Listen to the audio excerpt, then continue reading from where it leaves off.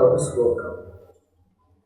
அஷ்ரத்ததானா புருஷாः தர்மஸ்யாஸ்ய பரந்தப அப்ராப்ய மாம் நிவர்த்தந்தே மிருத்யு சம்சாரவத்மனி. அஷ்ரத்ததானா புருஷாः धर्मस्यास्य परन्तप अप्राप्य मां निवर्तन्ते मृत्यु संसारवर्त्मनि. இந்த ஸ்லோகத்துக்கான முகவரையை விரிவாக பார்த்தோம்.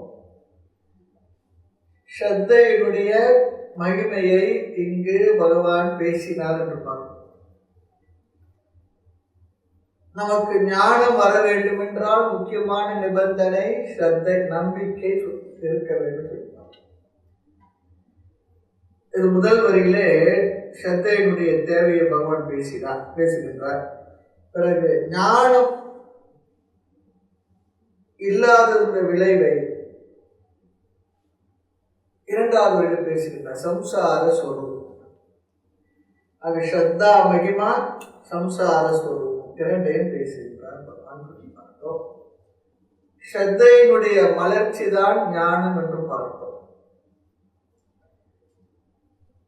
அடுத்து 3 இடத்தில் நமக்கு ஸ்ரத்தை இருக்க வேண்டும் சொல்லி பார்த்தோம். இதெல்லாம் பார்த்த கருத்துக்கள். முதல்ல ஞான சொரூபம், சாஸ்திரம் தருகின்ற ஞானத்தினுடைய தன்மை, அது அத்வைதமே. அதுல நமக்கு நம்பிக்கை இருக்கணும். இரண்டாவது ஞானத்தை தருகின்ற சாதனங்கள். எது ஞானத்தை தரும் கருவி உபனிஷத்து என்று சொன்னாலும் அந்த உபனிஷத்தை எடுத்து சொல்கின்ற குருவையும் சாதனத்தில் ஒன்றாக சேர்த்து விடுகின்றோம். ஆக ஞான சாதனமாக குரு சாஸ்திரத்திடத்துல நம்பிக்கை நமக்கு இருக்க வேண்டும். மூன்றாவது, இந்த ஞானத்தினால் இந்த பலன் வரும் என்று சாஸ்திரம் சொல்லுகின்றது. அந்த பலனில நமக்கு நம்பிக்கை இருக்க வேண்டும் சொல்லுவார். ஞான சொரூபம், ஞானத்தை தருகின்ற சாதனங்கள், கருவி, ஞான சாதனங்கள், பிறகு ஞான பலன். 3 நமக்கு ஸ்ரத்தை இருக்க வேண்டும் சொல்லுவாங்க. நிறைய பேருக்கு அப்படி இருக்கிறது இல்லைன்றதும் பார்த்தோம். அப்படி இல்லாதவர்கள் என்ன ஆவார்கள்? மீண்டும் மீண்டும் இந்த சம்சார உலகத்திலேயே உழன்று கொண்டிருப்பார்கள் என்று பார்த்தோம். இந்த கருத்துக்களை தான் பகவான் இந்த ஸ்லோகத்திலே விசேஷமாக பேசியுள்ளார் என்று பார்த்தோம். இப்ப ஸ்லோகத்தை பார்ப்போம். அஷ்ரத்ததானா புருஷாக, புருஷாக சொல்லி சொன்னா மனிதர்கள் சொல்லி அர்த்தம். இந்த இடத்துல சாதகர்கள், ஆண்கள் என்று இல்லை, மனிதர்கள், மனித குலத்தை சொல்ற. புருஷாக மனிதர்கள், எல்லா மனிதர்களையும் குறிக்கின்ற சொல். இங்கு குறிப்பாக இந்த ஆன்ம சாதனங்களுக்கு வரக்கூடிய சாதகர்கள். அஷ்ரத்ததானாக, ஸ்ரத்தையற்றவர்கள், ஸ்ரத்தை இல்லாதவர்கள். எதில்?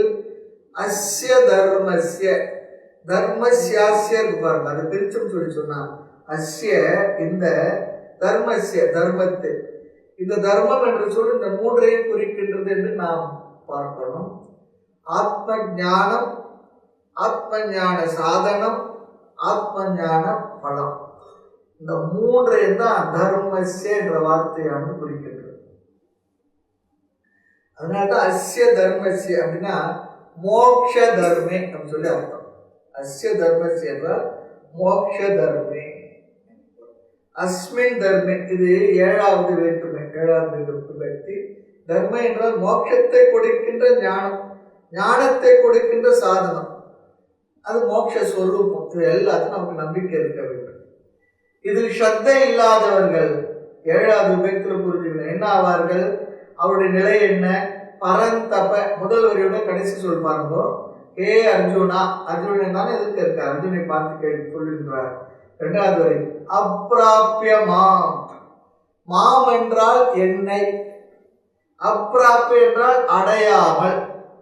இந்த தர்மத்தில் ஸ்ரத்தையற்றவர்கள் என்னை அடையாமல் நிவர்த்தந்தே, நிச்சயமாக அங்கேயே இருக்கின்றார்கள், இருப்பார்கள், வர்த்தந்தே என்றால் இருக்கிறார்கள், அங்கே இருப்பார்கள் சொல்றார்.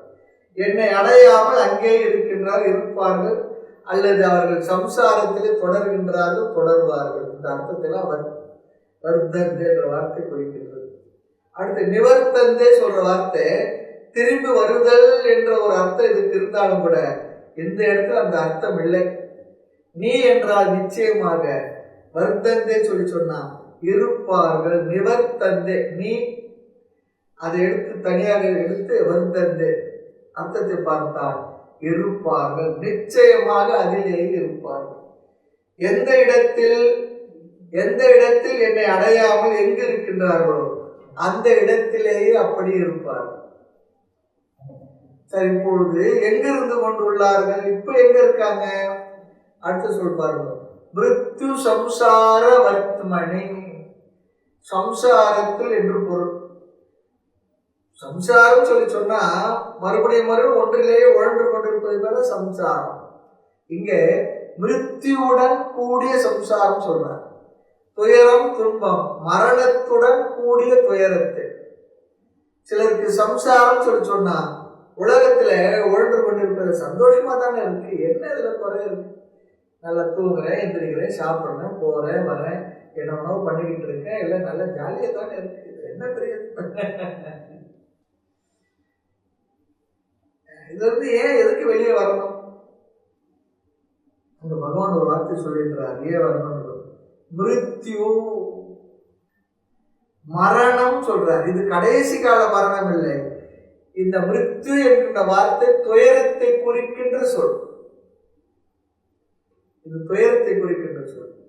நம் மனதில் வரக்கூடிய கஷ்டங்கள், இழப்பு, ஏக்கம், தவிப்பு, துயரம், இதெல்லாம் மிருத்யுன்னு சொல்றார். தற்புகழ்ச்சி கூட ஒரு வகையில மிருத்யு தான். அதாவது தர்மர் என்ன பண்றார், யுத்த காலத்துல அர்ஜுனோட காண்டீபத்தை கொஞ்சம் குறைச்சி பேச்சு. அர்ஜுனன் என்ன பண்ணிருக்கான், அவருடைய காண்டீபத்தை யார் குறைவா சொல்றாங்களோ அவங்க கொன்னுடுறதுக்கு முடிவு பண்ணிருக்காங்க. அவங்க அண்ணனே அப்படி குறைவ கேவலப்படுத்தி சொல்லிட்டார். அது யுத்த காலத்துல யுத்த பாசறையில் இருக்கு, உனக்கு எதுக்கு இந்த காண்டீபன்றப்ப சொல்லிட்டார். அப்போ அர்ஜுனோட கோவம் வந்துட்டு காண்டீபத்தை அண்ணன் கிட்ட மல்லுக்கு போறான். நடக்குமா கேட்காது, நடந்தது மகாபாரதம். அப்போ பகவான் சொல்றாரு, இங்க வா, இந்த நேரத்துல எல்லாம் கூடாது, என்ன இருந்தாலும் உங்க அண்ணன் ஏதோ சொல்லிட்டாரு, நான் உனக்கு ஒரு வழி சொல்றேன், அது படி நீ செய்த ஒன்று நீ, அதாவது அண்ணனை பண்ணா போல, அண்ணனை வந்து ஏதோ கொஞ்சம் தாறுமாறாக ஏதோ பேசுறதே போத விட்டுது. அதுக்கப்புறம் இவனுக்கு என்ன ஆயிடுச்சு, கில்ட்டி ஆயிடுச்சு. அண்ணனை போய் இப்படி பேசிட்டு இருந்தேன் அப்படின்னு சொல்லி இவனுக்கு கில்ட்டி ஆயிடுச்சு. அப்ப என்ன பண்ணிடுறாருன்னா, இன்னொன்று இருக்கு, ஒருவன் தன்னையே தற்புகழ்ச்சி செய்து கொண்டால் அது அவனையே அவன் கொன்று கொண்டதற்கு சமமாகும். ஆக உன்னையே நீ பெருமைப்படுத்தி பேசுவார். அவன் பெருமைப்படுத்தி பேசினால அவனையே அவன் கொன்று கொண்டதாக ஒரு அர்த்தம் வருகின்றது என்றெல்லாம் அந்த இடத்துல சில சமாதானங்களான விஷயங்கள். தற்பெருமைப்படுத்திக் கொள்வது கூட, நாம கூட என்ன பண்ணுவோம், நிச்சயமாக நம்மை நாம் தற்புகழ்ச்சி செய்து கொள்வது பெரும்பாலும் நடக்கிறது. சிலர் தான் ரொம்ப ஜாகிரதை சொல்ல மாட்டாங்க, இருந்தா கூட அப்படிலாம் இல்லைங்க, ஏதோ அவங்க சொல்றாங்க, ஏதோ இருக்கலாம், கடவுளை எனக்கு அந்த குருவோட ஆசீர்வாதம் அப்படிதான் சொல்லிட்டு போனது தவிர, ஆமா அவன் இன்னும் கொஞ்சம் சொல்லுங்க, ஒரு காஃபி வேணும்னாலும் வாங்கி கொடுக்க நல்லா சொல்லுங்க, இல்லை அதுதான் நடக்கிறது. ஆக நம்முடைய மனதில் வருகின்ற கஷ்டம், இழப்பு, துயரம், இது எல்லாமே மிருத்யுன்றார்.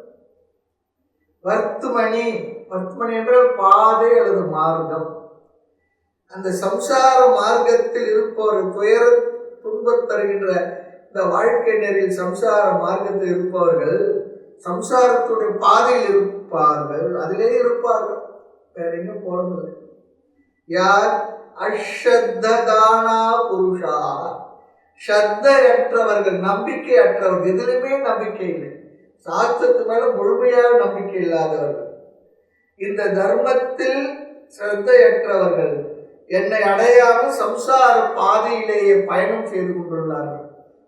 துணி என்ற வார்த்தையை ஏன் பகவான் பயன்படுத்துறார் சொன்னா, 8வது அத்தியாயத்துல சுக்லகதி கிருஷ்ணகதி என்று சம்சாரத்துல கதி எல்லாம் பேசப்பட்டது. இப்பதான் பார்த்தோம்.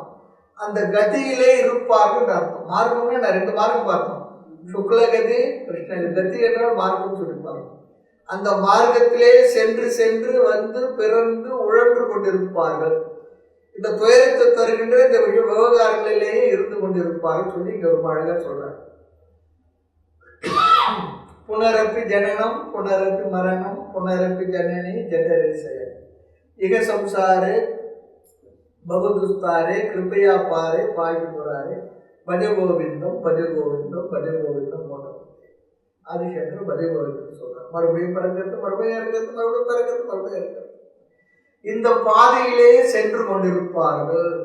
பகவானை அடையாமல் அடைய வாய்ப்பில்லாமல் திரும்ப திரும்ப இதிலேயே உழன்று கொண்டிருப்பார்கள் சொல்றார். திருநாமம் 5 எழுத்து செப்பாராக தீவண்ண திறம் ஒரு கால் பேசாராக ஒரு கால் திருக்கோயில் சூழாராக உண்பதன் மலர் பறித்துக்கு உண்ணாராக அருநோய்கள் கெட வெந்நீர் அணியாராக பெருநோய்கள் மிக நிலைய பெயர்த்து செத்தும் பிறப்பதற்கே தொழிலாக இருக்கின்றனர். தேவாரம் அவன் தொழில் என்னன்னா பிறக்கிறது தான் தொழில். அப்புறம் ஏன் பிறந்தனா என்னவோ தெரியல, சாகிறது. சரி, ஏன் சாகு நம்மளோட பிறக்கிறது? இதே தொழில் சொல்றோம், இதே தொழில் சொல்றோம். ஆக பகவானை அடையும் சாதனங்களை அடையாமல் இருப்பார்கள். இது ஆச்சாரிய ஆதிசங்கர் சொல்றது. ஆக சாதனைன்னு சொல்லி சொன்ன அந்த இடத்துல பகவான் அடையக்கூடிய சாதனை இருக்கிறார். சத் சங்கம், நல்ல சாதுக்கள் சங்கம், அவர்களிடத்தில் தொடர்பு, அவர் சொல்லுகிற வார்த்தையை கேட்பது, விஷயங்களை கவனமாக கேட்டு புரிந்து கொள்வது, அதுதான் சொல்றார். சத்சங்கம், நல்ல புத்தி, தர்மப்படியான வாழ்க்கை, இவைகளையே அவர்கள் அடையாதவர்கள். இதெல்லாம் அவங்களுக்கு கிடையாதுன்னு சொல்றாங்க. நிறைய பேருக்கு அது இல்லை. இந்த தேசத்துல இதுக்கெல்லாம் வாய்ப்பு நிறைய. கிராமங்கள்ல கூட பாருங்க, அந்த சாவடின்னு இருக்கும். அங்க உட்காந்துட்டு வயசானவங்க ஏதோ ஒரு ராமாயணம் மகாபாரதம் பாகவதம் படிப்பாங்க. ஏதோ பஜனை மடம் இருக்கும். அது இல்லாத கிராமமே இருக்காது. ஏதோ 4 வாரத்தை பகவான் ராமகிருஷ்ணா கோவிந்தா கோவிந்தா கிருஷ்ணா ராமா ஏதோ சொல்லிட்டு அவங்க என்ன பண்ணுவாங்க, ஒரு 10 நிமிஷம் இருப்பாங்க, பண்ணுவாங்க. அதெல்லாம் ஒரு விதமான சத்சங்கம் தான். இன்னைக்கு அதெல்லாம் எல்லாமே போச்சு. அதெல்லாம் இல்லை, எல்லாத்தையும் அடிச்சுட்டு இருக்கீங்க. ஒரு 70 வருஷமா புண்ணிய பாவத்துக்கு பயப்படாத ஒரு கூட்டத்தை உருவாக்கி எல்லா விதமான அதர்மங்களுக்கும் பாவம் என்றால் பயமின்றி செய்ய இந்த ஜீவனுக்கார் போதம் தெரித்தார் பராபரம்னு சொல்றாங்க. பாவம்னா பயம் இல்லாத செய்யறோம். பாவமாவது புண்ணியமாவது பார்த்துக்கலாம்டா, பார்க்கலாம் அப்படி சொல்லி மக்களுடைய செல்வங்களை எல்லாம் கொள்ளையடித்து ஏதோ ஒரு வாழ்க்கை போயிட்டு இருக்கு. குறிப்பா தமிழ்நாட்டில் அதிகமா இருக்கு. அங்க இதெல்லாம் இல்லாம போயிடுச்சு. கிராமங்கள் கூட ரொம்ப கெட்டு போயிடுச்சு. பார்த்தா சொல்றாங்க, இதெல்லாம் அப்படி இல்லை. கிராமங்கள் ரொம்ப நல்ல மக்கள், நல்ல சூழ்நிலை எல்லாம் இப்போ அதெல்லாம் தலைகீழா உள்டாவா இருக்கு எல்லாரும் சொல்றாங்க. ஆக நல்ல விஷயத்திற்கே வரமாட்டார்கள் என்றால் பகவான் அடைதல் எங்கே? திருந்து சீரடி தாமரைக்கு அன்பு செய்யதான் பொருந்துனால் நல்ல புண்ணியம் செய்தனால் பொருந்தாதிருந்தனால் வெகு தீவனை இழைத்த நாள் என்றால் அருந்தாவா உன்னை பொருந்தினால் என்னால் அடிமை கேட்கிறார். வரமாட்டார்கள் என்று அர்த்தம். ஆக ஞான மார்க்கத்துக்கு வரமாட்டார்கள். இதற்கு மீறி கேட்டேன்னு சொல்லி இதெல்லாம் கலிகாலங்க, அதெல்லாம் இல்லைங்க, அதெல்லாம் ஆகாது அப்படின்னு சொல்லி அதெல்லாம் சொல்லிக் கொண்டு இருப்பார். தாங்கள் செய்த செயல்களை நியாயப்படுத்திக் கொள்வார்கள். இது போல சத்சங்கத்துக்கெல்லாம் வரமாட்டார்கள், நேரம் கொடுக்க மாட்டாங்க. ஆக ஷவணா பகுபிர் யோக லப்யாக, இந்த உண்மையை கேட்பதற்கு கூட பலருக்கு வாய்ப்பில்லை, வாய்ப்பும் இருப்பதில்லை. இருந்தாலும் அவர் பயன்படுத்திக் கொள்வதில்லை. இல்லை சாஸ்திர வார்த்தை. அந்த வாய்ப்பையும் கூட அவர்கள் ஏற்படுத்திக் கொள்ள மாட்டார்கள். நம்ம போய் கூப்பிட்டுன்னு வச்சுங்களேன், இது போல சத்சங்கம் நடக்கிறது, பகவத்கீதை சொல்றாங்க, நல்ல விஷயங்கள்லாம் இருக்குவாங்கன்னு சொல்லி கூப்பிட்டாங்க. எங்கெங்க அதுக்கெல்லாம் வர்றது? அதெல்லாம் இது சரியா இருக்கு. அப்புறம் அவங்க வராது மட்டும் இல்லை, சும்மா நீங்க கூட எதுக்குங்க போயிட்டு இதெல்லாம்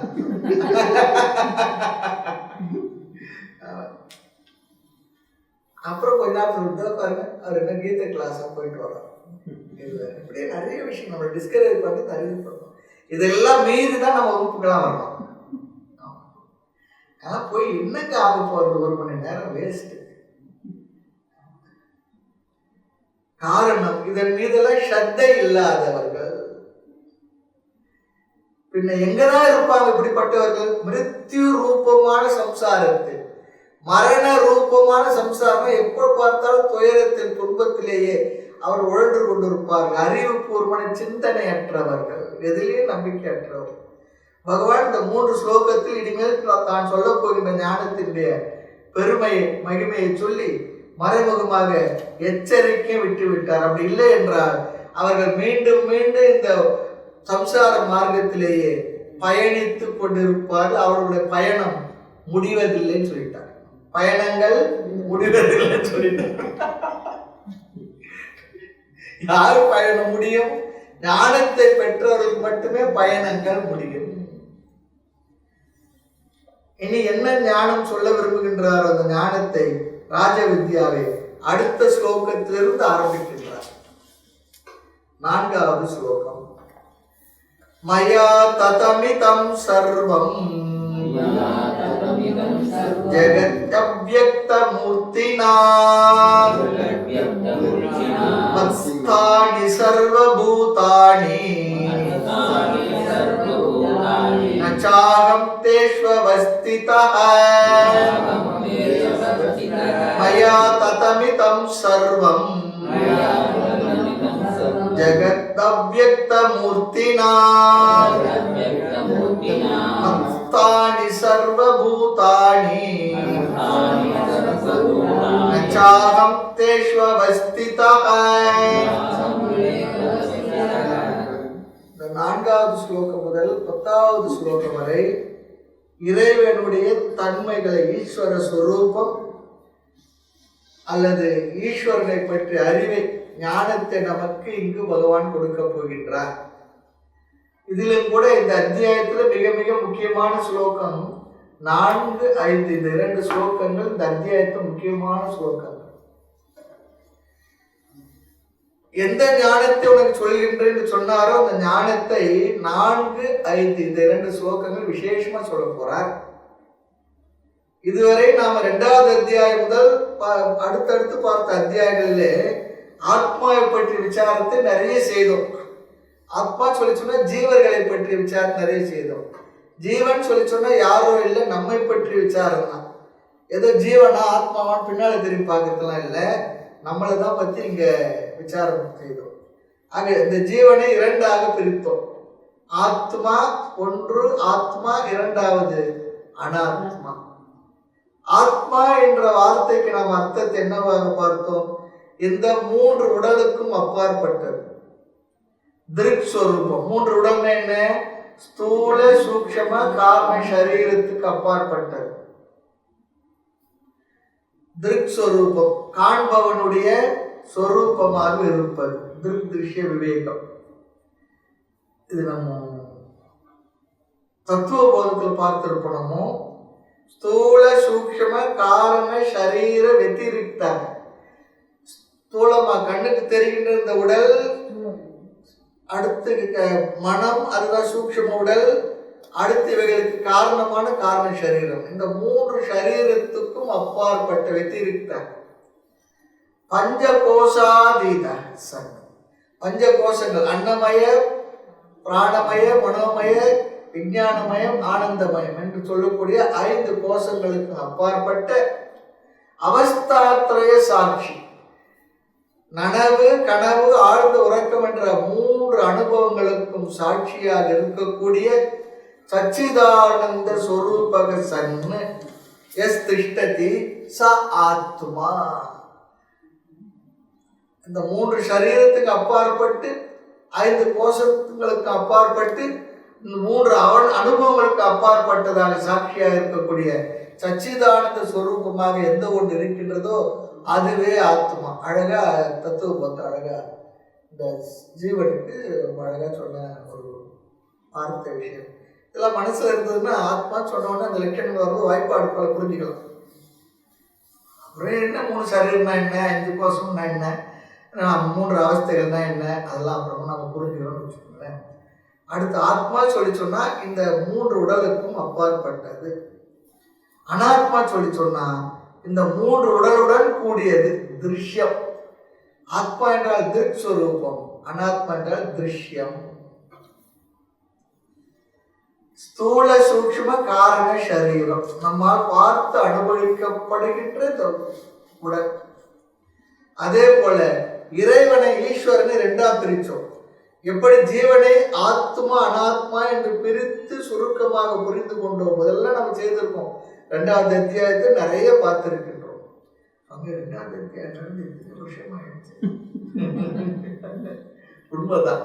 நடுவு நிறைய ஞாபகப்படுத்தி மாயையுடன் சேர்த்து பார்த்தால் சிருஷ்டி கர்த்தா யாரு? இறைவன். இந்த மாயையோடு சகுன பிரம்மமாக சேர்த்து பார்த்தால் அவர் சிருஷ்டி கர்த்தா, இந்த உலகத்தை படைப்பவர், காப்பவர், அழிப்பவர். அவர் சர்வஜன், அனைத்தையும் அறிபவர், அறிந்தவர். அடுத்து இந்த ஜீவர்களுக்கு கர்ம பலனை கொடுப்பவர், கர்ம பல தாத்தா. இதையெல்லாம் செய்கின்ற ஒரு தத்துவத்துக்கு பெயர் தான், சகுன பிரம்மத்துக்கு பெயர் தான் ஈஸ்வரன். அது மாயா சகித பிரம்மன், சகுன பிரம்மன். அடுத்து இன்னொரு தன்மையை பார்த்தோம். மாயையை நீக்கிய நிலையில், மாயையை நீங்கிய நிலையில் பார்த்த அது என்ன? நிர்குண பிரம்ம, மாயா ரகித பிரம்ம. மாயா சகித பிரம்ம ஈஸ்வரன், மாயா ரகித ஈஸ்வரன் பிரம்ம, நிர்குண பிரம்ம. ஆக இந்த 4 முதல் 10வது ஸ்லோகம் வரை உள்ள இந்த ஞானத்தை அறிவித்தான் பகவான். ராஜ வித்யா ராஜகுர்யம் சொன்னார். 4வது ஸ்லோகம் முதல் 10வது ஸ்லோகம் வரை கொஞ்சம் கவனமா நாம தொடர்ச்சியா கேட்டோம்னு சொல்லி சொன்னா, இறைவனை பற்றி அறிவை ரொம்ப அழகா அற்புதமா உபனிஷ சாரமான வார்த்தையே பகவான் சொல்லியிருக்கார். ஒரே வரியிலே அழகாவும் சொல்லியிருக்கார். நம்ம பார்க்க போறோம். இந்த பீடிகையோட தான் ஸ்லோகத்துக்குள்ள போக போறோம். இப்படி நான் சொல்ல போகின்ற ஈஸ்வர தத்துவத்தை தான் நான் ராஜ வித்யா என்றும் ராஜகுர்யம் என்றும் உனக்கு நான் சொல்லியிருக்கிறேன். அப்படிப்பட்ட அருமையான கருத்தை உனக்கு சொல்றேன், நீ கொஞ்சம் கவனமா கேளுன்னு சொன்னான். அங்க பிரம்மஸ்வரூபமான நிர்குண பிரம்மம் தான் உபனிஷத்தினுடைய மைய கருத்து. நிர்குண பிரம்ம தத்துவத்தை தான் உபனிஷத்துகள் சொல்ல வருகின்றது. இதையெல்லாம் படிச்சு முடிச்ச பிற்பாடு தான் பகவான் ஏன் ராஜ வித்யா ராஜகுர்யம் என்றார் என்பது கருத்து புரியும். ஏன் படித்து முடித்த பிற்பாடு நமக்கு இது புரியும் சொல்லி சொன்னா, இந்த கருத்து படிச்சு முடிச்ச பிற்பாடு புரிஞ்ச மாதிரி இருக்கும், புரியாத மாதிரி இருக்கும். படிக்கிறதுக்கு முன்ன புரியலன்னா நமக்கு புரியுது, படிக்கல அதனால புரியல. படிச்ச பின்ன புரியலன்னா என்ன அர்த்தம்? குக்கியம் தானே, ரகசியம் தானே. அதுக்காக நீங்க புரியாம இருக்கிற போல சொல்ல போறீங்களான்னு சொல்லக்கூடாது. புரியணும். அதாவது மற்றவங்களுக்கு புரியாத போல பேசினா தத்துவமா, பேசுறவருக்கே புரியாத போல பேசினா இந்த மகா தத்துவம் சொல்லிட்டாங்க. கேட்கறவங்களுக்கு புரியாத பேசினா தத்துவம், பேசுறவருக்கே புரியாத பேசினா அது பேர் மகா தத்துவம். அது போல அப்படிலாம் இல்லை. நாம புரிஞ்சுக்க முடியும், கொஞ்சம் கவனமா கேட்கணும், அவ்வளவுதான். ஆக வகுப்பெல்லாம் கேட்ட பிற்பாடும் ரகசியமாக இருப்பது போல நமக்கு தெரியும். ஆக இந்த வகுப்பு என்ன கஷ்டமாக கொஞ்சம் கவனமா கேட்கணும், வேற ஒன்றும் இல்லை. நாம் புரிஞ்சுக்கிறதுக்கு முயற்சி செய்வோம். குருவுடைய அருள் நமக்கு இருக்கட்டும். புரிந்தால் சந்தோஷம், புரியாவிட்டால் ரகசியமா இருக்கும்போது அடுத்து கேட்பது புரிந்துவிடும். ஆக 4, 5, 2 ஸ்லோகங்களில் மாயை நீக்கிய ஈஸ்வரனை விளக்க இருக்கின்றார். நிர்குண பிரம்ம தத்துவத்தை நமக்கு புரிய வைக்க போகின்றார் பகவான். நிர்குணமான மாயை நீக்கிய ஈஸ்வரனை புரிந்து கொள்வதுதான் கடினம். அந்த வேலையை தான் பகவான் பண்ண போகின்றார். உபனிஷத்துல சாரமான கருத்தை இங்கு சொல்ல உள்ளார், பேச உள்ளார். ஸ்லோகத்தின் முதல் வரி பார்ப்போம்.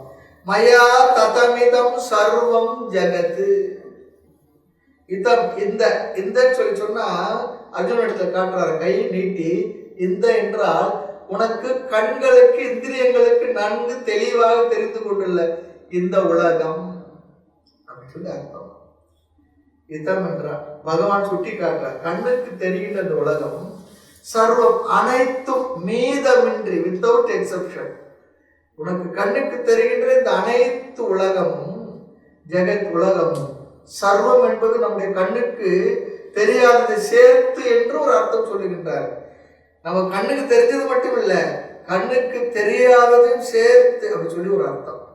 எவைகள் எல்லாம் படைக்கப்பட்டுள்ளதோ ஆகாசம் உட்பட இதம் சர்வம், இவைகள் அனைத்தும் அல்லது அனைத்து உலகங்களும் என்ன சொல்கின்றார் பாருங்க, மயா ததம் வியாப்தம், இந்த உலகம் அனைத்தும் என்னால் வியாபிக்கப்பட்டுள்ளது. என்னால் இந்த உலகம் அனைத்தும் வியாபிக்கப்பட்டுள்ளது. ஈஷாவாஸ்யம் இதம் சர்வம், ரொம்ப அழகான உபனிஷத், சிறிய உபனிஷத். இந்த உலகம் அனைத்தும் இறைவனே என்ற எண்ணத்தினால் மூடப்பட்டிருக்கட்டும். ஈஷாவாஸ்யம் சர்வம், இந்த அனைத்து உலகமும் ரொம்ப சுருக்கமா சொன்னா இருப்பதெல்லாம் இறைவனே. இந்த வார்த்தையை வச்சு அந்த உபநிஷத்துக்கு அந்த பேர் வச்சுட்டாங்க, ஈஷாவாஸ்யம். முதல் மந்திரம். ஆக நமக்கு இப்பொழுது சந்தேகம் வரணுமா, பகவான் என்றால் என்ன, எப்படிப்பட்டவர் அப்படி சொல்லி நமக்கு சந்தேகம் வந்தா அந்த சந்தேகத்தை யார் பதில் சொல்லணும்? பகவானே பதில் சொல்றார். நீங்க யாருன்னு சொல்லி கேட்ட அந்த கேள்விக்கு ஒரு மூணாவது ஆள் பதில் சொல்ல முடியாது. நம்மை பற்றிய கேள்விக்கு நாம தானே பதில் சொல்லணும். நான் சொல்லணும், என் பேர் இது, எங்க அப்பா இது, நான் இந்த ஊரை சேர்ந்தவன், எனக்கு இப்படி ஒரு குடும்பம் இருக்கு, நான் இதை படிச்சிருக்கேன் அப்படின்னா நாம தானே சொல்லணும், நம்ம பற்றிய பயோடேட்டா. அது போல பகவான் யார் சொல்லி கேட்டார், எப்படிப்பட்டவர் சொல்லி கேட்டார், பகவானே விளக்குகின்றார். ஜெகத் என்ற சொல்லுக்கு அடுத்த சொல் பாருங்க, அவ்யக்த மூர்த்தினா. மயா என்ற சொல்லுக்கு அடைமொழி. இதெல்லாம் விசேஷம் என்ன, என்னால் என்பதை விளக்குகின்ற சொல் இது. எது? அவ்யக்த மூர்த்தினா. எப்படிப்பட்ட ஸ்வரூபமான என்னால், அவ்யக்த மூர்த்தினா சொல்லி சொன்னா, மூர்த்தி என்றால் ஸ்வரூபம், தன்மை, நேச்சர், இயல்பு சொல்லி அர்த்தம். அவ்யக்த மூர்த்தினா சொல்லி சொன்னா அவ்யக்த ஸ்வரூபேன. அவ்யக்தம் என்றால் வெளி தோற்றத்துக்கு வராத ஸ்வரூபமான எண்ணம், அன்மேனிஃபெஸ்ட், வெளி தோற்றத்துக்கு வராத எண்ணால், இந்திரியங்களினால் கிரகிக்கப்படாத எண்ணால் என்று பொருள். வெக்தம் என்றால் வெளி தோற்றத்துக்கு வந்தது, இந்திரியங்களினால் கிரகிக்கக்கூடியது என்று பொருள். வெளி தோற்றத்துக்கு வராத எண்ணால் வெளி தோற்றத்துக்கு வந்த இவை அனைத்தும் வியாபிக்கப்பட்டுள்ளது. நல்ல வார்த்தை இதெல்லாம். ஜெகத் அவ்யக்த மூர்த்தி, அவ்யக்த மூர்த்தி. வெளி தோற்றத்துக்கு வராத எண்ணால் வெளி தோற்றத்துக்கு வந்த இவை அனைத்தும் வியாபிக்கப்பட்டுள்ளது. இவை அனைத்துமே என்ன, கண்களுக்கு தெரிந்து கொண்டுள்ள இந்த சிருஷ்டி அனைத்தும் மனதால், வாக்கால், இந்திரியங்களினால், புத்தியாலும் கிரகிக்கப்படாத தன்மையுடைய என்னால், மனதால் இந்திரியங்களினால் கிரகிக்கப்படும் இந்த வெளித்தோற்றத்துக்கு வந்த அனைத்தும் தூள சூக்ஷம இந்த சரீரங்கள் அனைத்தும் வியாபிக்கப்பட்டுள்ளது. இதுதான் முதல் வரியுடைய பொருள். மயா ததமிதம் சர்வம் ஜெகத் அவ்யக்த மூர்த்தினா. வெளித்தோற்றத்துக்கு வராத என்னால் வெளித்தோற்றத்துக்கு வந்த இந்த சிருஷ்டி அனைத்தும் வியாபிக்கப்பட்டுள்ளது. பகவான் சொல்றார், என்னிடத்துல ரெண்டு தன்மை இருக்கு. ஒன்று பரா பிரகிருதி, உபனிஷத் வார்த்தையில் சொல்லணும்னு சொல்லி சொன்னார், வெளி தோற்றத்துக்கு வராத தன்மை. இன்னொன்று அபரா பிரகிருதி, வெளி தோற்றத்திற்கு வந்த தன்மை. இங்கு வெளி தோற்றத்துக்கு வராத தன்மை என்ன? அவ்யக்த மூர்த்தினா. ஸ்லோகத்தில் இருக்கு இந்த வார்த்தை. எந்த உலகத்தை அனுபவிக்க முடியாதோ அப்படி அனுபவிக்க முடியாத ஒரு தத்துவத்தினால் அனுபவிக்க கூடிய இந்த வெளி தோற்றத்துக்கு வந்த இந்த உலகம் வியாபிக்கப்பட்டுள்ளது. ரொம்ப அடிப்படையான விஷயங்கள் இதெல்லாம். அல்லது இந்த உலகம் என்னால் வியாபிக்கப்பட்டுள்ளது, அவ்வளவுதான். இதுல இருந்து தெரிவது என்னவென்றால், நாம் படிக்கும் பொழுதே இந்த வார்த்தைகள்லாம் கொஞ்சம் மனசுல வாங்கிக்கணும். நாம் பார்க்கும் இந்த உலகம் பகவானுடைய அம்சம் தான், அவருடைய வெளிப்பட்ட அம்சம். நாம் பார்க்கின்ற இந்த உலகம் அனைத்தும் என்ன? அவருடைய வெளிப்பட்ட அம்சம். அப்போ வெளிப்படாத அம்சமும் அவருள்ளே இருக்கின்றது தெரிகின்றது. வெளிப்படாத அம்சமும் அவருள்ளே. நம்ம பார்க்கறது வெளிப்பட்ட அம்சம் மட்டுமே. கண்ணால் காண்பதும் காட்சி, கையால் தொழில் பண்ணல் பூசை, மண்ணோட ஐந்தும் வயங்குயிர் யாவுமே அண்ணலே நின் அருள்படி வாகும். அழகான பாடல். என்னெல்லாம் பார்க்கறோம் எல்லாரோட அருள்படினா என்ன? வெளி தோற்றத்துக்கு வந்தா இவைகள் எல்லாம் நீயே. ஆக பகவானுடைய அம்சத்தை தான் நாம் பார்த்து கொண்டிருக்கிறோம். பார்க்கும் இடமெல்லாம் பரவெளியாக தோன்ற ஒரு வார்த்தை சொல்ல வந்த மனுவே பராபரமே சொல்வார். ஆக அடுத்த 2 அத்தியாயங்களிலே 10, 11 2 அத்தியாயங்களில் அதைத்தான் கூறப்போகின்றார். வெளி தோற்றத்துக்கு வந்த இந்த நம்மால் கண்களாலும் இந்திரியங்களாலும் கிரகிக்கக்கூடிய இந்த உலகத்தை தான் பகவான் விபூதி யோகத்திலும் விஸ்வரூப தர்சன யோகத்திலும் நமக்கு சொல்லி காட்டப் போகின்றார், புரிய வைக்க முயல்கின்றார். ஆக பார்க்கின்ற எல்லாம் என்னுடைய ஒரு அம்சம் தான், என்னுடைய விபூதி தான், மகிமை தான். பார்க்குமிடம் எங்கும் ஒரு நீக்கமர நிறைகின்ற பரிபூரண ஆனந்தமே. வெளித்தோற்றத்துக்கு வந்ததெல்லாம் என்னுடைய அம்சம் தான். ஆக பிறகு வெளித்தோற்றத்துக்கு வராத அம்சம் இந்த வெளித்தோற்றத்துக்கு வந்த விபூதியை வியாபித்துள்ளது. அப்படின்னு அர்த்தம். வெளித்தோற்றத்துக்கு வராத இருந்த நான் தான் வெளித்தோற்றத்துக்கு வந்து இப்படி உங்களுக்கு காட்சி எடுத்துக் கொண்டுள்ளேன், தெரிந்து கொண்டுள்ளேன். ஆகவே வெளித்தோற்றத்துக்கு வந்த எதுவும் நானே தான். நீ பார்க்கறதெல்லாம் என்ன தாம பார்த்துக்கிட்டு இருக்க. பார்க்குமிடம் எங்கும் ஒரு நீக்கமர நிறைகின்ற பரிபூரண ஆனந்தம். அழகானவர். எங்கும் நிறைகின்ற பொருள். எதையெல்லாம் பார்க்கறியோ, எதையெல்லாம் கேட்கறியோ, எதையெல்லாம் சுவைக்கின்றாய், எதையெல்லாம் நுகர்கின்றாயோ, எதையெல்லாம் தொட்டு உணர்கின்றாயோ, இதெல்லாம் நானே. வானாகி மண்ணாகி வெளியாகி ஒளியாகி ஊனாகி உயிராகி உண்மைமாய் சொல்றாரு பாருங்க. எல்லாம் நானே. என்னை தவிர்த்து எதுவுமே இந்த உலகத்தில் இல்லை. அதனாலதான் பகவான் நினைக்கிறார், கடவுள் என்ன, என்னை தவிர எதுவுமே இல்லை, எப்படி நீ என்னை மிஸ் பண்ற? இருக்குதுல்ல நானத்தானப்பா, என்னை எப்படி நீ மிஸ் பண்ண முடியாது. நமக்கு நீ எங்கதான் இருக்கிறன்னு கேட்கணும். அவர் சொல்ற எங்க இல்லைன்னு கேட்கிறேன். எல்லாத்தையும் அனைத்துமாய் நின்றாயே யான் வேறோ. எங்கெங்க பார்த்தாலும் அங்கங்கே அவங்க இருக்கு, அங்கங்க இருப்பது நீதானே. ஆக இந்திரியங்களுக்கு தெரிகின்ற இந்த உலகம் அனைத்தும் இந்திரியங்களுக்கு வசப்படாத தெரியாத என்னால் தான் வியாபிக்கப்பட்டுள்ளது. அதுவும் என் சொரூபம். அப்படி அதுவும் என் சொரூபம் என்றால் இதுக்கு இன்னொரு அர்த்தம் என்ன? சச்சித் ஆனந்த சொரூபம். சச்சிதானந்தம் பேர் வச்சிருக்கோம். சத்தியம் ஞானம் அனந்தம் பிரம்ம. அப்படி தைத்திரிய பிரம்மத்துக்கு ஒரு லட்சணத்தை கொடுக்கும். தாய்மலர் இந்த வார்த்தை நேர் வார்த்தையா தாய்மலரோட முதல் பாடல். அங்கே இங்கனாதபடி எங்கும் பிரகாசமாய் ஆனந்த பூர்த்தியாகி அருளோடு நிறைந்தது. இந்த வார்த்தையில தைத்திர உபநிஷத்துடைய சத்தியம் ஞானம் அனந்தம் பிரம்ம அந்த வார்த்தையுடைய அப்படியே சாரத்தை முதல் பாடல்ல முதல் வரியில வச்சிருக்காரு.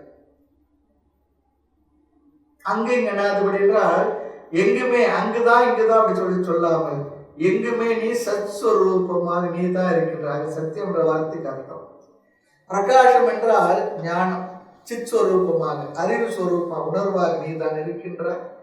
அடுத்து ஆனந்த பூர்த்தியாகி நீ தான் பூர்ணமான ஆனந்தமாக, ஆனந்தத்துடைய பூர்ணமாக நிறைவாக நீயே இருக்கின்றாய். என்ன சச்சிதானந்த ஸ்வரூபமாக நீ இருக்கின்றாய் என்று அழகான பிரம்மத்துக்கு ஒரு லட்சணத்தை தைத்திர உபநிஷத்து அங்க சொல்லணும். ரொம்ப அழகா நாம் அங்கே பார்த்திருக்கின்றோம். ஆக நிர்குண பிரம்ம அவ்வியக்தம் வெளித்தோற்றத்துக்கு வராதது. சத்ஸ்வரூபம் சித்ஸ்வரூபம் அது ஆனந்த ஸ்வரூபமான என்னால் இந்த உலகம் வியாபிக்கப்பட்டுள்ள. இந்த வார்த்தைகள் அர்த்தம் என்னன்னா தைத்திர உபநிஷத்தினுடைய விளக்கத்துல ரொம்ப அழகா இருக்கும். அந்த சச்சிதானந்தத்தை பற்றி இன்னும் மேலும் நிறைய அற்புதமான விளக்கத்தை கைவல்ய ஞானத ஆசிரியர் தாண்டவராய சுவாமி அழகா சொல்லியிருப்பார். வாய்ப்பு வரும்போது அதெல்லாம் பார்த்தோம்னா நமக்கு தெரியும். இந்த அளவுக்கு மட்டும் போதும். ஆக இந்த ஆனந்த ஸ்வரூபமாக சித்ஸ்வரூபமாக இருக்கக்கூடிய என்னால் இந்த உலகமானது வியாபிக்கப்பட்டுள்ளது. அதைத்தான் பகவானுக்கு சொல்கின்றார். அவ்வியக்தம் என்ற சொல்லில் சொன்னார். அதை அவ்வியக்த மூர்த்தினா, இந்த சச்சிதானந்த ஸ்வரூபத்தை நாம் பார்க்க முடியுமா, கேட்க முடியுமா, அனுபவிக்க முடியுமா என்றால் அனுபவிக்க முடியாது. ஏன் அப்படி அனுபவிக்க முடியாது என்பதை பிறகு பார்ப்போம். இத்துடன் முதல் வரியுடைய விளக்கம் முடிவடைந்தது. சச்சிதானந்த ஸ்வரூபமாக அவ்வியக்த ஸ்வரூபமாக இருக்கக்கூடிய என்னால் இந்த கண்ணுக்கு தெரிந்து கொண்டுள்ள இந்த உலகம் வியாபிக்கப்பட்டுள்ளது. அப்படின்னா என்ன அர்த்தம்? எண்ணில் இருந்துதான் இந்த உலகம் வெளித்தோற்றத்துக்கு வந்துள்ளது. ஆக இந்த ஸ்லோகத்தின் முதல் வரியும் அடுத்த ஸ்லோகம் 5வது ஸ்லோகத்தின் முதல் வரியும் சேர்ந்து தான் பகவான் ஒரு முழு கருத்தை சொல்ல விரும்புகின்றார். ஆக இந்த 2 வரியும் சேர்த்து நாம் புரிந்து கொள்ள வேண்டும். அப்படி அதை புரிந்து கொள்வதற்கு முன்பாக முகவுரையாக சில விளக்கங்களை பார்த்து பிறகு நாம் அடுத்த ஸ்லோகத்திற்குள் செல்லலாம். காரணம், உபனிஷத்துடைய பிழிந்தெடுத்த சாரமாக இந்த வரியில் கருத்துக்களை பகவான் பொதித்து வைத்துள்ளார். உபனிஷத்து சாரமான வார்த்தைகள். முதலில் பார்த்தால் முரண்பாடுவது போல பேசி இருக்கின்றாரே அப்படின்னு சொல்லி நமக்கு தெரியும். புரிவதற்காக முயற்சி செய்தால் அவர் முரண்படுவது போல சொல்லி இருந்தால் அது முரண்பாடு இல்லை என்பது நமக்கு தெரிய வரப்போகிறது. இப்படி சொன்னா புரியவே வாய்ப்பில்லையே. வெளிப்படாத என்னால் வெளிப்பட்ட இந்த உலகம் அனைத்து வியாபிக்கப்பட்டுள்ளதுன்னா வெளிப்பட்டது உலகம் தெரிகின்றது, வெளிப்படாத என்னால் நமக்கு புரியலையே சொல்லிட்டு புரிவதற்கு முயற்சி பண்ணணும். உபனிஷத்து எப்பவுமே இப்படிதான் பேசும், நேரடியாக பேச முடியாது, பேசாது. காரணம் என்ன? பேசக்கூடிய விஷயம் நேரடியாக விளக்கக்கூடிய விஷயமாக இல்லாத பொழுது அப்படி சொல்லித்தான் புரிய வைக்க வேண்டியது. என்ன இருக்கிற விஷயம் என்ன? நோக்கரிய நோக்கு சொன்னோம். அது ரொம்ப சட்டலா இருக்கு, ரொம்ப ரொம்ப சூக்ஷமா இருக்கு.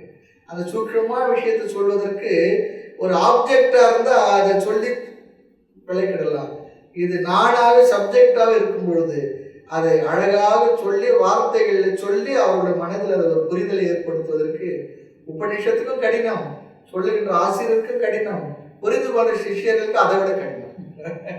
உண்மைதான். இது எல்லாமே இதுதான் விஷயமே. இறைவனை பற்றி தத்துவ ரீதியான விஷயத்தை புரியுறது ரொம்ப கடினமா இருக்கிறது. காரணம், அது நானாக இருப்பதா. என்னுள் கலந்தா யான் அறியாது இருந்தார். நானே அந்த சப்ஜெக்டா இருக்கிறதுனால புரியறதுக்கு கொஞ்சம் கடினம் இருக்கு. அது ஒழுங்கா முறையா கேட்டோம்னா சாஸ்திர வார்த்தைகள் மூலமாக நமக்கு அது புரிய வைத்து விடுகின்றார்.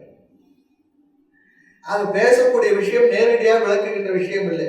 ஏதோ ஒண்ணுன்னா கை காட்டி இதுதான் ஆப்ஜெக்ட் சொல்லிடலாம். அங்க போய் பாரு, இதை கேளு, இதை நுகர்ந்து பாரு, சுவைத்து பாரு, இதுதான் அதுன்னு சொல்லிடலாம். இது இவைகளுக்கு அப்பாற்பட்டதுன்னா அது எப்படிதான் விளக்குறது? இந்த விளக்கத்துக்கு சாஸ்திரம் ஒரு முறையை கையாண்டிருக்கு. அந்த முறையில் நாம விளக்கத்தை பார்க்க போகிறோம். ஆக இந்த பகுதியில பகவான் ஈஸ்வரனுக்கும் ஜெகத்துக்கும் உரிய சம்பந்தத்தை பேசுகின்றார். ஈஸ்வர ஜெகதோகோ சம்பந்தக, ரொம்ப இன்ட்ரெஸ்டிங் சப்ஜெக்ட் தான் பார்க்கலாம். பகவானுக்கும் அந்த உண்மை பொருளுக்கும் உலகத்துக்கும் உள்ள சம்பந்தம் என்ன என்பதை பற்றி இங்கு பேசுகின்றார். ஏற்கனவே முதல் வரியில் ஒரு சம்பந்தத்தை சொல்லிட்டார். வெளித்தோற்றத்துக்கு வந்த இவைகள் வெளித்தோற்றத்துக்கு வராத என்னால் வியாபிக்கப்பட்டுள்ளது சொல்லி சொன்னார். வெளித்தோற்றத்துக்கு வராத பகவான ஸ்வரூபம் இருக்கிறதே, அந்த ஸ்வரூபத்துக்கும் வெளித்தோற்றத்துக்கு வந்த இந்த உலகத்துக்கும் என்ன சம்பந்தம்? நம்ம எப்பவுமே யாருன்னா பார்த்தோம்னா அவருக்கு என்ன சம்பந்தம், உங்களுக்கு கேட்போம். அவர் என்ன வேணும் உங்களுக்கு, அவர் என்ன உங்களுக்கு உறவு வேணும் கேட்போமா இல்லையா? அவர் நண்பர் அல்லது ஒன்று விட்ட அங்க இங்கெல்லாம் சுற்றி வந்து அவர் தான் இவர் ஏதோ ஒன்று சொல்லணும். அது போல இல்லை, எனக்கு பக்கத்து வீட்டுக்கார், எதிர் வீட்டுக்கார், என் கூட படித்தவர், எங்க ஊருக்கார், ஏதோ ஒன்று சொல்லணும். அது போல இங்க வெளித்தோற்றத்துக்கு வராத இவைகள் வெளித்தோற்றத்துக்கு வந்த இவைகளுக்கும் இந்த உலகத்துக்கு என்ன சம்பந்தம், ரிலேஷன்ஷிப் என்ன, அதைத்தான் இங்கு பகவான் சொல்ல போகின்றார். முதல் வரியில் ஒரு குழு கொடுத்திருக்கார். என்ன சம்பந்தம்? அவைகள் எல்லாம் நான் வியாபித்துள்ளேன், அவைகள் எல்லாம் என் மீது ஏற்றி வைக்கப்பட்டுள்ளது. அதை பகவான் இது தெளிவுபடுத்த போகின்றார். எப்படி என்ன பார்ப்போம். இந்த உலகத்துக்கும் ஈஸ்வரனுக்கும், அதாவது மாயை நீக்கி ஈஸ்வரனுக்கும் பிரம்மஸ்வரூபமான ஈஸ்வரனுக்கும் என்ன சம்பந்தம்? இதுல பெரிய தத்துவவாதிகள் கூட தவறுகள் செய்துள்ளார்கள் என்று பெரியவர்கள் சொல்லுகின்றார்கள். பல கருத்துக்கள் வேறுபாடுகள் இருக்கின்றது. உலகத்துக்கும் கடவுளுக்கு என்ன சம்பந்தம்? சிலருக்கு இந்த எண்ணமும் இல்லை, இந்த எண்ணம்லாம் கிடையாது. சிலருக்காவது என்ன, கடவுள் இருக்கிறான்னு சொல்லி நினைச்சா தானே அவங்க கடவுள், அவங்களுக்கு பொறுத்தவரை கடவுளை பற்றி ஒரு சிந்தனையில கடவுள் இல்லை. ஆகல இந்த கஷ்டமும் அவங்களுக்கு இல்லை. இருக்கிறான்னு சொல்றவங்க தான் இந்த கஷ்டம்லாம். ஆமா சாமி ஒரு மாதிரி இருக்கு, எப்போதும் விட்டுலாம். அவங்களுக்கு கடவுள் இருந்தாலும் சம்பந்தம் இல்லை. ஒரு சம்பந்தம் இல்லை என்று மிக சுலபமாக சொல்லிவிடுவார்கள். புத்தியை உபயோகப்படுத்திக் கொள்ள வேண்டியதில்லை. இருக்கு என்று சொல்வது தான் கடினம், அதுக்கு தான் புரியறது கஷ்டமா இருக்கு. ஆக வேதாந்தத்துக்கு வந்தால் முதலில் வருவது என்ன தெரியுங்களா? கஷ்டம். என்ன கஷ்டம்? புரியவே இல்லையே. ஒரு அம்மையார் மதுரையில் கிளாஸுக்கு வருவார். அந்த அம்மா சில விஷயங்கள்லாம் இந்த ஆத்மா நாம் தான் சொல்லும்போது அந்த அம்மாவுக்கு, அந்த அம்மா அப்படியே வெளிப்பட்ட எக்ஸ்பிரஷன் அப்படியே அப்படியே சொல்லுவாங்க. ஒரு வருத்தம் புரியுதுமே, எனக்கு புரிய மாட்டேது அப்படி அந்த ஏக்கத்தில் உண்மையிலேயே வந்து பேசுவாங்க. அது போல வேதாந்தத்துக்கு முதல்ல வந்து கொஞ்சம் கஷ்டம். அதுக்காக தான் சொல்ல முதல் பகவத்கீதை கிளாஸ்க்கெல்லாம் வாங்கும், அப்புறம் உபநிஷத்துக்கு, அப்புறம் பிரம்மசூத்திரத்துக்கு போகலாம் சொல்லுவோம். ஏன்னா அடிப்படை நாலேஜ் இல்லாமல் உபநிஷத்துக்குள்ள போனால் அது போல ஒரு கடினமான சூழ்நிலையை நம்ம சந்திச்சே இருக்க மாட்டோம், அப்படி ஆகிடும். அதுக்காக இந்த அறிமுகத்தோடு உள்ளே போகணும். கணக்குக்குள்ளே போனால் இப்படி வாய்ப்பாடு அது இது கூட்டல் கழித்தல் பெருக்கல் தெரிஞ்சிருந்தாலும் கணக்கு போட சுலபமாக இருக்கும். அது போல சில பரிபாஷைகளுடைய அர்த்தங்களை தெரிஞ்சுட்டு போனால் பிரயோஜனமாக இருக்கும். ஆக இந்த விஷயத்தில் இது கடவுளுக்கும் இந்த உலகத்துக்கு என்ன சம்பந்தம் என்கின்ற விஷயத்தில் பல தவறான கருத்துக்கள் இருக்கின்றது. அதில் முக்கியமான 3 கருத்துக்களை நாம் பார்க்க போகின்றோம். சரியான கருத்தையும் பார்க்க போகின்றோம், தவறான கருத்தை நாம் பார்ப்போம். இது கொஞ்சம் பிலசாபிக்கலாக இருக்க ஒரு விஷயம்தான். இருந்தாலும் பகவான் ரொம்ப அழகாக உபனிஷத் சாரத்தை சொல்ல வருகின்ற இடங்கள் இதெல்லாம் ரொம்ப அழகாக இருக்கு. தவறான கருத்துக்கள் என்பதை நாம் ஒரு படியாக தான் எடுத்துக்கொள்கின்றோம். தவறான கருத்தை டோட்டலாக நிராகரிக்கத்தில்லை, அதை ஒரு படியாக நாம் அமைத்துக் கொள்கின்றோம். அவைகள் உண்மை இல்லை என்றாலும் ஒரு படியே. முக்கியமான 3 சம்பந்தம் இருக்கு. யார் யாருக்கு? இந்த உலகத்துக்கும் ஈஸ்வரனுக்கும். அவர் சொன்னாரா, சரி உலகத்துக்கு ஈஸ்வரனுக்கும் என்ன சம்பந்தம் சொல்றீங்க, எனக்கு அவர் என்ன சம்பந்தம், என்ன விட்டுட்டீங்களேன்னு சொல்லி சொன்னான். மனுஷன் சொன்னான், நாம எங்க இருக்கிறோம்? உலகத்தில் தானே இருக்கோம். ஆகினால உலகத்துக்கு சொல்ற சம்பந்தம் தான் நமக்கு சொல்ல போற சம்பந்தம். கோர்ட்ல கேஸ் போட்டா யாரும் ஒருத்தர் போடுவாங்க, மற்றவங்க போட்டிருக்க மாட்டாங்க. அப்புறம் என்ன சொல்லுவாங்க, அந்த ஒருத்தருக்கு என்ன ஜட்ஜ்மெண்ட்டோ அதான் எனக்கு வரப்போகுது போயாச்சு. அது போல உலகத்துக்கு ஈஸ்வருக்கு சம்பந்தம் என்னன்னு, எனக்கு என்ன சம்பந்தம், உலகத்துக்கு ஈஸ்வரன் என்ன சம்பந்தமோ அதே சம்பந்தம் தான் உனக்கும். ஆகவே ஜெகத் என்று பொழுது நாம் அதற்குள் அடக்கும். நம்முடைய உடல் மனம் உலகம் எல்லாம் எவையெல்லாம் படைக்கப்பட்டுள்ளதோ அதற்கும் ஈஸ்வரனுக்கு என்ன சம்பந்தம்? முதல் சம்பந்தம், இந்த ஈஸ்வரன் படைப்பவர், இந்த உலகம் படைக்கப்பட்டது அப்படின்னு சொல்லி சொன்னா உலகம் வேறு, ஈஸ்வரன் வேறு. அப்ப 2 பேருக்கு என்ன சம்பந்தம்?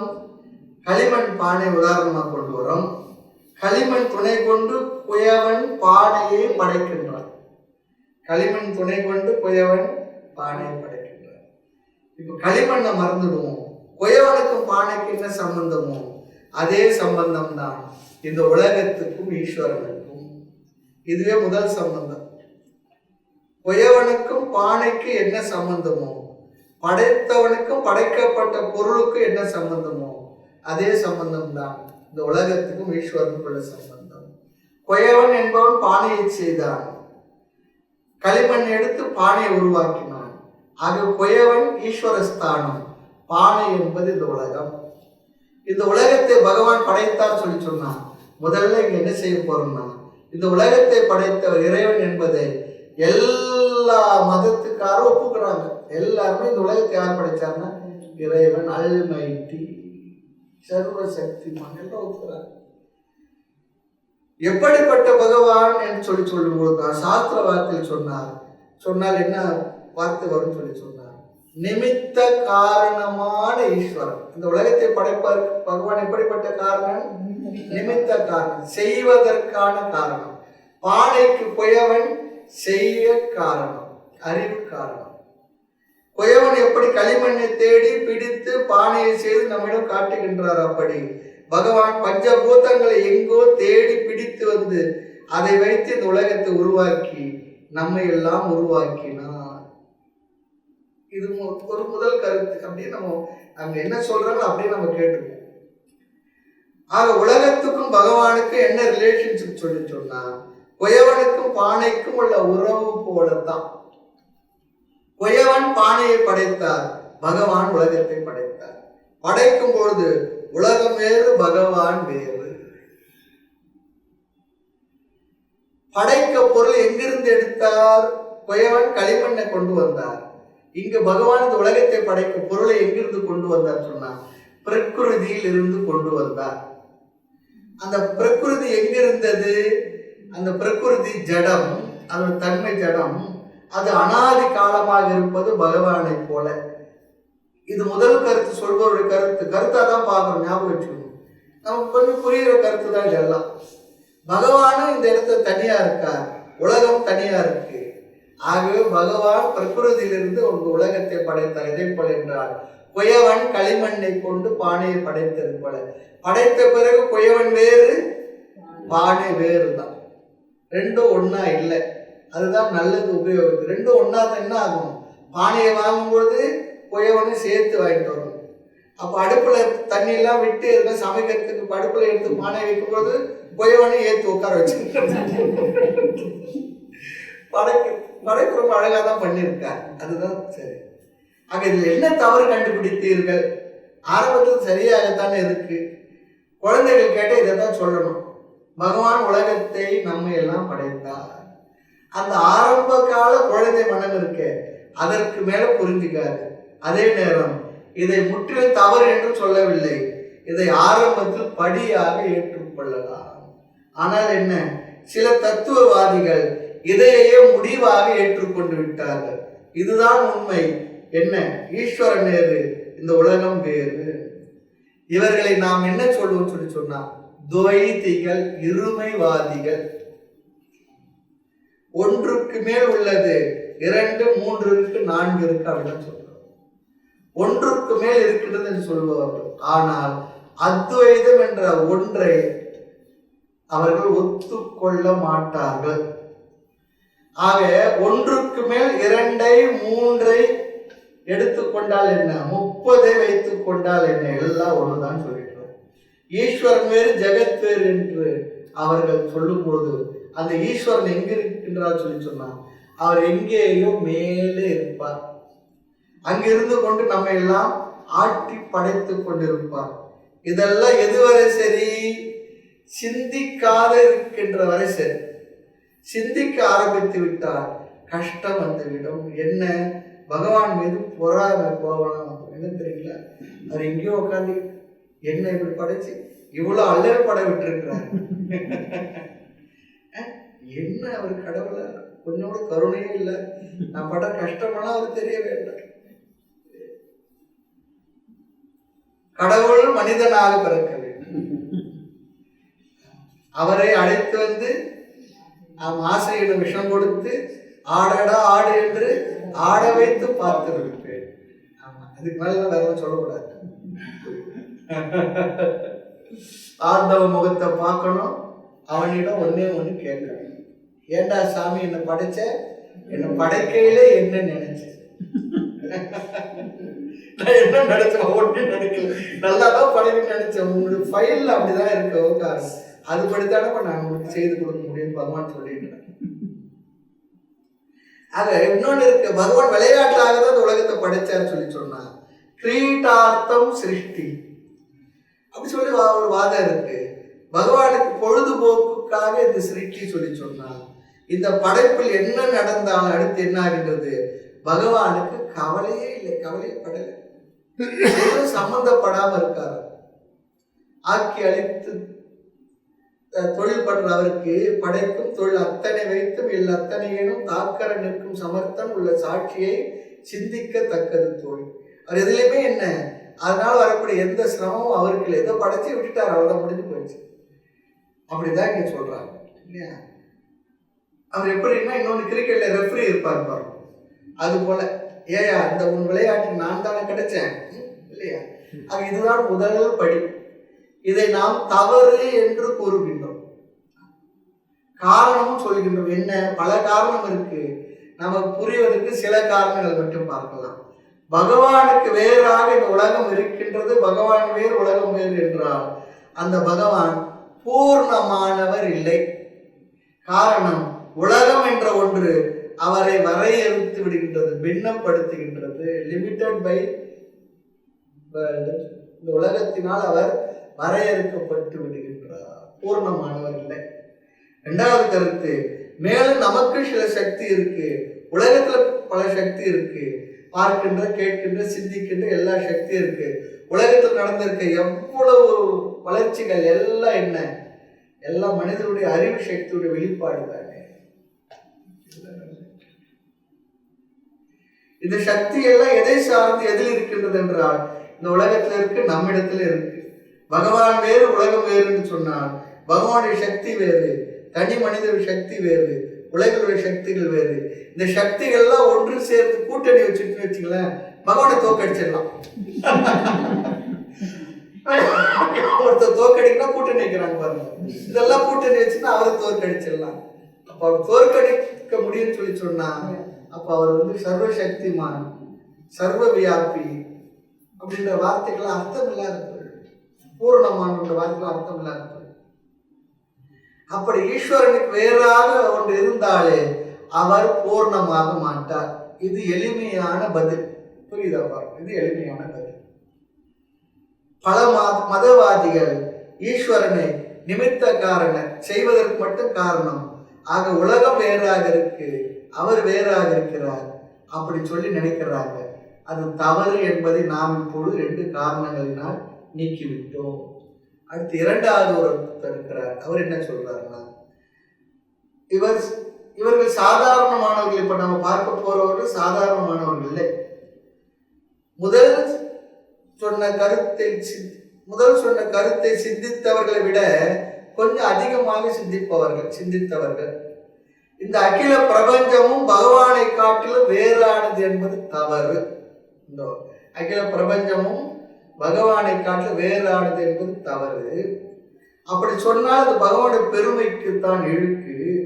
ஆகவே உலகம் பகவானுடைய ஒரு அங்கம், உடல் போல. பகவான் உடல் போல இந்த உலகம் என்ன, பகவானுடைய உடல் போல. நம்முடைய உடலுக்கு கை கால்களை போல இந்த உலகம் பகவானுடைய திருமேனி அங்கம். நாங்களும் அத்வைதத்தை தான் பேசுகின்றோம். பகவான் ஒரே ஒருவர் தான் இருக்காரு, விதவிதமான உலகங்கள் உடலாக கொண்டுள்ளார். ஆகவே இது அத்வைதம். எப்படிப்பட்ட அத்வைதம் தெரியுமா? விசிஷ்ட அத்வைதம். விசிஷ்ட அத்வைதம். அத்வைதம் என்று சொல்லிவிட்டார்கள். வேறுபாட்டை உடைய அத்வைதம். வேறுபாடு இருக்கு ஆனால் அத்வைதம். வேறுபாடு இருக்கு ஆனால் அத்வைதம். எப்படி மரங்கள் இருக்கு, அது கிளைகள் இருக்கு, அல்ல இலைகள் இருக்கு, பூ இருக்கு, காய் இருக்கு, கனி இருக்கு, ஆனா மொத்தமா பார்த்தா ஒரு மரமா இருக்கு. வேறுபாடு தெரியுது, ஆனா மொத்தமா பார்த்தா ஒரே மரமா இருக்கு. அப்படி ஈஸ்வரன் என்பவர் ஒருவர் தான். அந்த ஒருவருடைய அங்கம் தான் இந்த உலகம். அவர் என்ன பண்றார்? உலகத்துக்குள் அறிவு ஸ்வரூபமாக இருக்கின்றார். இதுதான் விசிஷ்ட அத்வைதம். இது முதலில் கேட்டதை விட ரொம்ப நல்லா இருக்கு. முதலில் கேட்டதை விட இது நல்லா இருக்கு.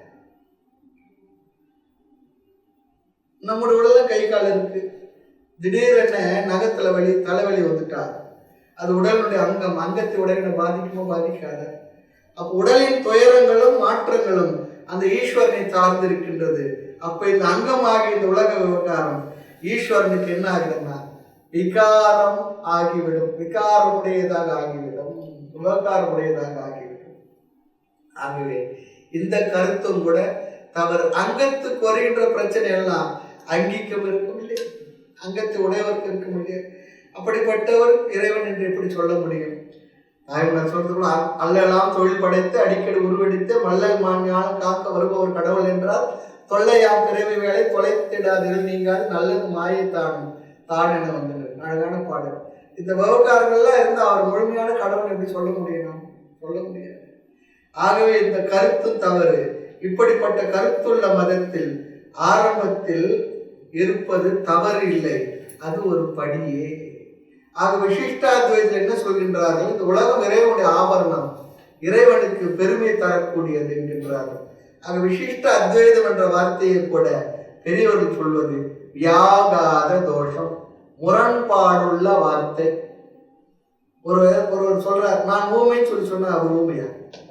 ஒருத்தர் இன்னொருத்தர் சொல்ற நான் தூங்கிட்டு இருக்கேன்னு சொல்லி சொன்னா தூங்குறவரா? முரண்பாடான வார்த்தைகள் தானே. அதுக்கு பேர் தான் செல்ஃப் கான்ட்ரடிக்ஷன், வியாகாத தோஷம் சொல்லி சொல்லுவாங்க. அந்த சொல்லே தவறு என்பதை அந்த சொல்லே காட்டி கொடுக்கின்றது. அப்படிப்பட்ட சொல்தான் விசிஷ்ட அத்வைதம். விசிஷ்ட அத்வைதம் சொல்லி சொன்னா அத்வைதம் என்றால் ஒன்று, விசிஷ்ட என்றால் விசேஷமான அத்வைதம், ரெண்டுடன் கூடிய ஒன்று. விசிஷ்ட அத்வைதம்னா ரெண்டுடன் கூடிய ஒன்று, இந்த உலகத்தோடு சேர்ந்து இருக்கக்கூடிய ஆனா ஒன்று தான் சொல்லி சொல்றாங்க. அது எப்படி ஒன்றாக இருக்க முடியும்? ஆக சொல்லிலும் தவறு இருக்கின்றது, அவர்கள் சொல்லுகின்ற பொருளிலும் தவறு இருக்கின்றது. உடல் உறுப்புகள் என்பதில் அங்கி சம்பந்தம் சரிப்பட்டு வராது என்று பெரியோர்கள் நமக்கு சொல்லுகின்றார்கள். மூன்றாவது சம்பந்தம் என்ன? அதையும் பார்த்து அத்வைத சித்தாந்தம் என்ன சம்பந்தம் சொல்லுகிறது பார்க்கும்போது ரொம்ப இன்ட்ரெஸ்டிங்காக இருக்கும். அடுத்த வகுப்பு நம்ம கேட்டுக்கொள்ளலாம்.